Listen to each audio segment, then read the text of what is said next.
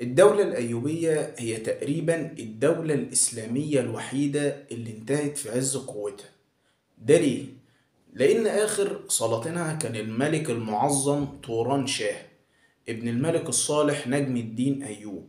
طوران شاه اتكلمت عنه المصادر وقالت إنه كان شاب مستهتر قليل الخبرة، وده رأي أنا بميل ليه بسبب الأحداث اللي هتحصل بعد كده اللي هنتكلم عنها. لما توفى الملك الصالح كان طوران شاه موجود في حصن كيفا، وتم استدعائه على عجل عشان يمسك الحكم في مصر. دلوقتي احنا لازم نرسم خريطة للي كان بيحصل في مصر ساعتها. وقتها كانت الدولة الأيوبية مسيطرة على مصر وأجزاء كبيرة جدا من الشام، بس في الوقت ده تحديدا كانت مصر بتتعرض للهجوم من الملك لويس التاسع، الحملة الصليبية السبعة، وكانوا فعلا وقت موت الملك الصالح مسيطرين على دمياط ومتوجهين للمنصورة. وبالظبط في الوقت ده مات الملك الصالح نجم الدين أيوب. بس الملك الصالح كان فيه تفصيلة مهمة جدا في حياته، إنه كان بيعتمد اعتماد كلي في الجيش على المماليك. وكلمة مملوك بتتقال على الرقيق الأبيض من الرجال اللي تم أسرهم في الحروب أو شرائهم من الأسواق، ودول تم الاستعانة بيهم بداية من العصر الذهبي للدولة العباسية لحد ما وصلنا للملك الصالح نجم الدين أيوب، واللي كان عارف تأثيرهم كويس قوي، لأن هما اللي عزلوا السلطان العادل الثاني وولوا الصالح أيوب بنفسه. بس الصالح أيوب ما توصاش وابتدى يشتريهم بأعداد مهولة لحد ما كون بيهم جيش خاص بيه، ولاؤه الأول والأوحد ليه هو. طب هو ليه كون جيش من المماليك وما يعتمدش على العرب أو على الأيوبيين؟ ده ببساطة بسبب انعدام الثقة. فهو كان بيشتري المماليك وهم فتيان صغيرين، وبيتم تنشئتهم ان ولائهم الاول والاخير يبقى لسيدهم الشخص اللي اشتراهم. والمماليك كانوا آلات حربية مدمرة، كانوا حصان كسبان لأي سلطان في أي حرب، ما كانش بيتم هزيمتهم بأي طريقة ممكنة طول ما هم متعاونين. بس لكل شيء عيوب، وعيوبهم إن موازينهم الأخلاقية كانت بتعترف بحاجة واحدة بس، وهي القوة ولا بديل عن القوة.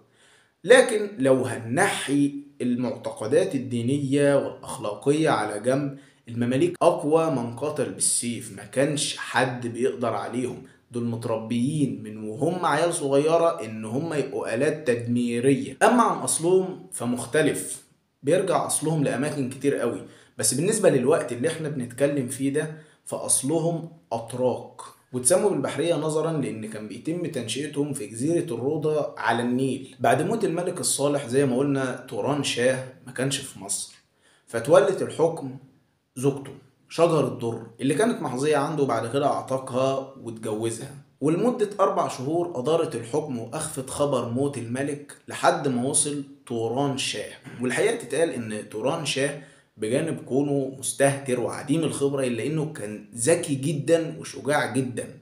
في الوقت ده كان لويس التاسع موجود فعلا في المنصورة، بس المماليك قاموا معاه بالواجب ودمروه هو وجيشه. ولما وصل طوران شاه خطرت في باله فكرة عبقرية، قطع المراكب بتاعته أجزاء ونقلها على ظهر الجمال لحد ما وصلها لنهر النيل، وهناك تم تجميعها وإنزالها. قطع خط الإمداد ما بين لويس التاسع ودمياط، ونتيجة لكده جيش لويس التاسع عانى من الجوع ومن الأمراض ومن الحمى. فلويس بص حواليه لقى إن الدنيا خلاص باظت، فقرر إنه يعرض الهدنة على الملك طوران شاه. الهدنة بتقول إيه بقى؟ لويس التاسع كان فاكر طوران شاه عيل أهبل.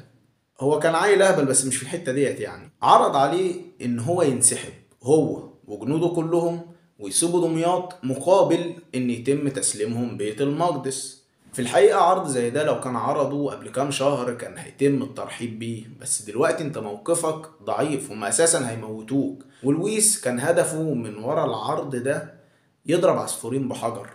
اول حاجة يضمن انسحاب امن ليه هو وجنوده، تاني حاجة يضمن ان هو هياخد بيت المقدس. خرج منتصر برضه بعد ما هو خلاص هو تحت ايديهم، بس هيخرج منتصر. كان رد فعل طوران شاه معروف لأي عيل صغير هيعرفه، وهو الرفض. في الوقت ده لويس التاسع لقى ان مفيش حل غير ان هو ينسحب بجنوده، بس ده ما كانش انسحاب، ده كان اسمه هروب جماعي.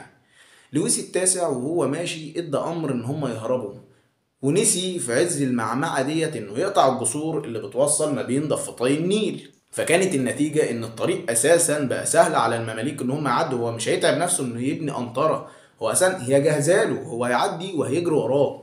والمماليك ما توصوش، ما حلهمش، فضلوا وراهم لحد ما وصلوا الفرسكور، وهناك أبادوا 30,000 من جيش لويس التاسع. واللي فضل بما فيهم لويس التاسع نفسه اتقبض عليهم واتاخدوا أسرى. اتقتل كل الجنود ما عدا النبلاء، وعلى رأسهم لويس التاسع. في الوقت ده بقى حس توران شاه بعظمة العمل اللي هو عمله بنشوة النصر، وابتدى يعمل تصرفات بتدل بقى على ان ده شاب مستهتر وقليل الخبرة. ابتدى يعزل الرؤوس الكبيرة اللي حواليه او اللي شايف ان هم هيكونوا تهديد على حكمه، وده وقت غير مناسب انك تعمل كده. وبعت لشجر الدر وهي موجودة في بيت المقدس يهددها ان هي سرقت فلوس من ابوه ويتوعدها بالموت، وده قلب المماليك عليه. وزاد الطين بلة ان هو اعتزل المماليك وبقى يحتجب عنهم، وبقى يعبث مع محظيات ابوه. واللي جاب الغيبة بقى انه لما شرب وسكر وسرح بقى يجيب الشموع ويقصقص رؤوسها ويقول هكذا افعل بالبحرية، البحرية اللي هم المماليك، ويسمي كل واحد منهم باسمه. فنتيجة لكل ده المماليك قرروا ان الشخص ده ما ينفعش يفضل الحاكم، وما ينفعش نعزله، ده لازم يموت.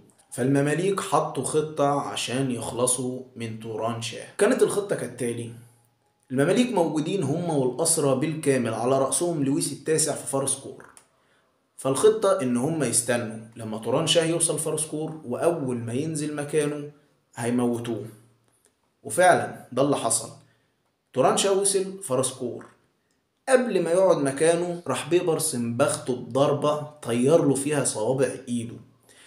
والحقيقة أنا مش عارف إيه علاقة بيبرس بصوابع الإيد وبالإيد، يعني مطير صوابع إيد توران شاه ومطير إيدين سيف الدين قطز يعني، بس هو كان أسد يعني حقيقة للحق. وهنا هرب توران شاه وصوابع إيده طايرة أساسا، وجرى على برج خشبي كان موجود هناك واحتمى بيه، وهو بينادي ويقول من فعل هذا، من فعل هذا. فالمماليك قالوا له الحشيشية اللي هم الحشاشين، ودول لهم موال تاني خالص. فقال لا والله إلا البحرية، والله لا أبقيت منهم بقية.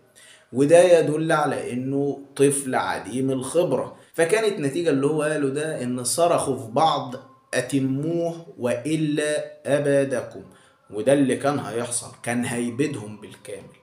فراحوا للبرج، ولما لقوا ان مفيش طريقة ان هم يوصلوا له بما انه برج خشبي ولعوا فيه. فصاحبنا لما لقى ان البرج خلاص بيولع وهو هيموت محروق فنط من البرج. فلحقوه بالسهام والسيوف، خرموه لحد ما وصل للنهر ونط فيه.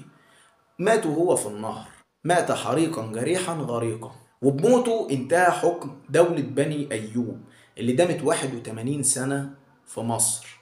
مين بقى اللي كان موجود وبيتفرج على كل اللي بيحصل ده لايف 4K قدام عينيه كده؟ لويس التاسع عليك نور، لولو. يعني انا مش متخيل رد فعله ورد فعل الاسرى اللي معاه، اللي هو يعني دول جنود قتلوا سلطانهم بدم بارد، يعني قطعوه ولعوا في امه وسابوه يموت غرقان. اللي هو طب هيعملوا معايا انا ايه؟ في الحقيقه ده مش موضوعنا، لان هو تم فدائه بعد كده هو وجنوده. مات توران شاه سنه 1250، وبموته انتهى حكم دولة بني أيوب وبدأ حكم المماليك. اتولت الحكم بعده شجر الدر لمدة 80 يوم، وبعد 80 يوم تنازلت شجر الدر الأقطاي عن حكم مصر واتجوزته. وده بسبب إن الخليفة العباسي المستعصم بعت لهم وقال لهم لو ما عندكوش رجالة نبعت لكم راجل من عندنا. هو فعلا قال لهم كده، فالرسالة وصلت وقرروا إن لازم واحد منهم هو يكون سلطان مصر.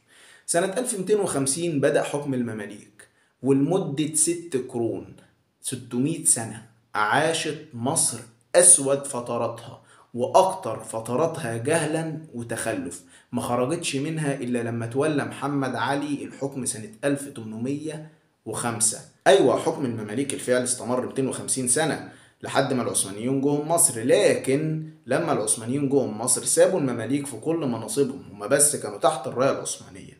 فالحكم الفعلي كان للمماليك لمدة 600 سنة، والحسنة الوحيدة اللي عملها محمد علي إنه خلص عليهم وأباد جنسهم بالكامل.